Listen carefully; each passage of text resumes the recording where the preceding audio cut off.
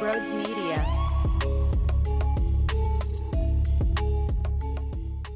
See, we had a caller on the Fanatic mention yesterday, because the process took so long, we need to recognize Joel Embiid isn't it, and we need to start that all over again now because it takes forever. I look at it completely different.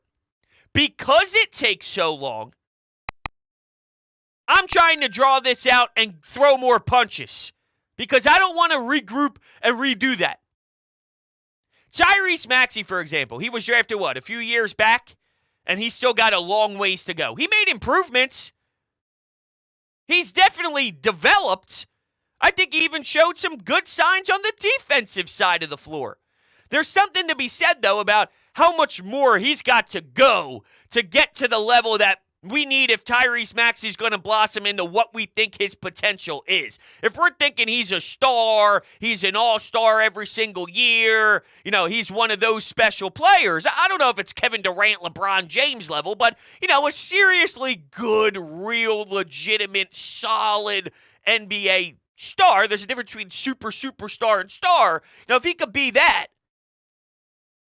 he still has a long ways to go. And he was drafted a few years back. Think about how long that window is to finally reach your peak. Joel isn't even there yet. Unfortunately not. Now, some guys are at 29, but unfortunately not. This playoff run for the Celtics is making me question Jason Tatum. Not that I don't think his ceiling is in the top echelon, but his inconsistencies show me that he's not as far along as I thought he once was. When you're going to the NBA Finals, and now you're putting up these up and downs, so they didn't get swept last night. And there were some buckets made that were big and all that. And he had a big Game 7 against the Sixers on his home floor. But, man, he gets shut down a lot. He still has ways to go to get there. And he's 25. But it takes forever. So because we're at a spot where Joel's 29 and I'm watching Jimmy Butler at 33, 32, 31 finally turn the corner, I think you keep pushing.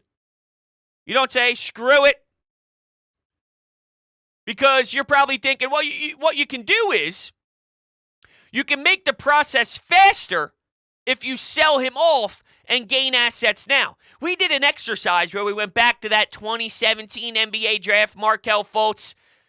You want to crapshoot? Is that what you want to do? You want to crapshoot? You want to grab a bunch of picks and then you see all these players that end up stinking that go in the top 10. Jason Tatum's a good player in that draft. Bam was in that draft. Donovan Mitchell went about 13 in that draft. Other than that, the New York Knicks, excuse me there, I don't know, I got a virus and threat protection from Windows Defender summary. I apologize for that if that scared the living hell out of you.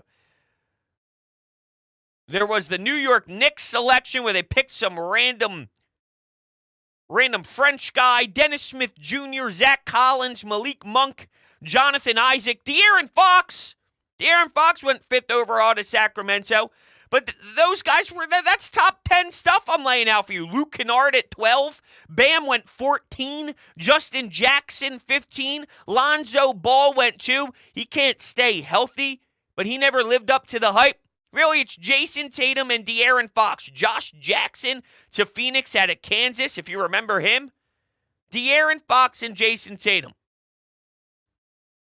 So 2 guys out of the top 10 were worthy. It's a 20% chance.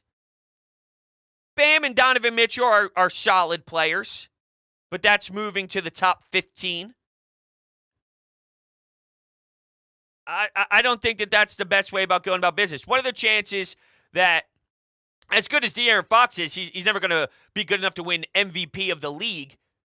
So remember, you got to replace an MVP. A lot of these times, you go through trades, the team that trades the star never gets back the value.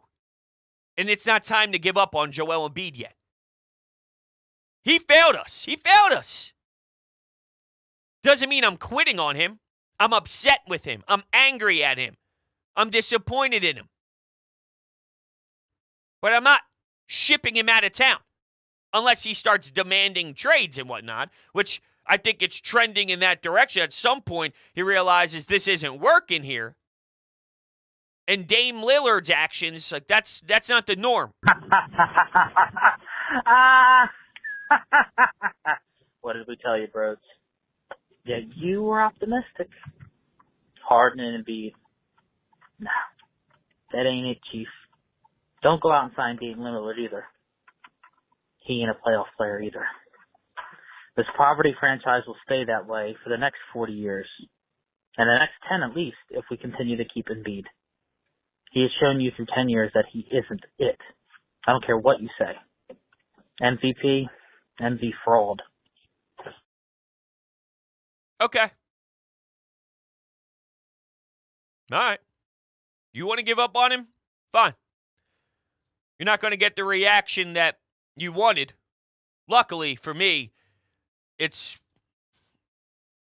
a week or so after the game ended? I don't know how long it's been. Feels like 10 years.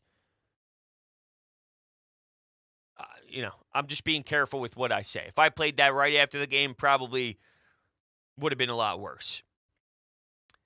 Yes, I did feel optimistic. I thought they should have won that series. They should have won that series. So I was right to be optimistic because they let this slip themselves. I said they could beat the Celtics. They should have beaten the Celtics. They pissed it away. I have no problem saying I thought they could have won that series because they should have won that series. Game 6 on your home floor, it was right there for you. And you missed your shots. And you didn't execute the way you needed to. They lost it then and there. They went 7 games with the Celtics. And get swept in 4. And then I thought, oh, man, they definitely have a chance here. And then they get their ass kicked in 4 games. It was theirs for the taking.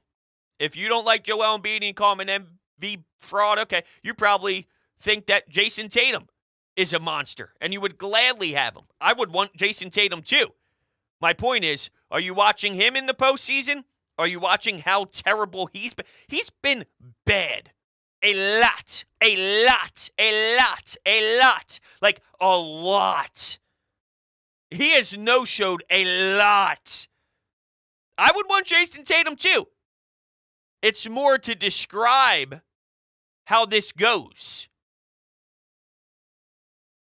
Playoff performances that are horrendous, unfortunately happen. Doesn't mean I give you a free pass when it does. I will get on you. I will be pissed at you. I will discuss things. I will demand change and demand growth. But it's not only happening to Joel Embiid. It's happening all around.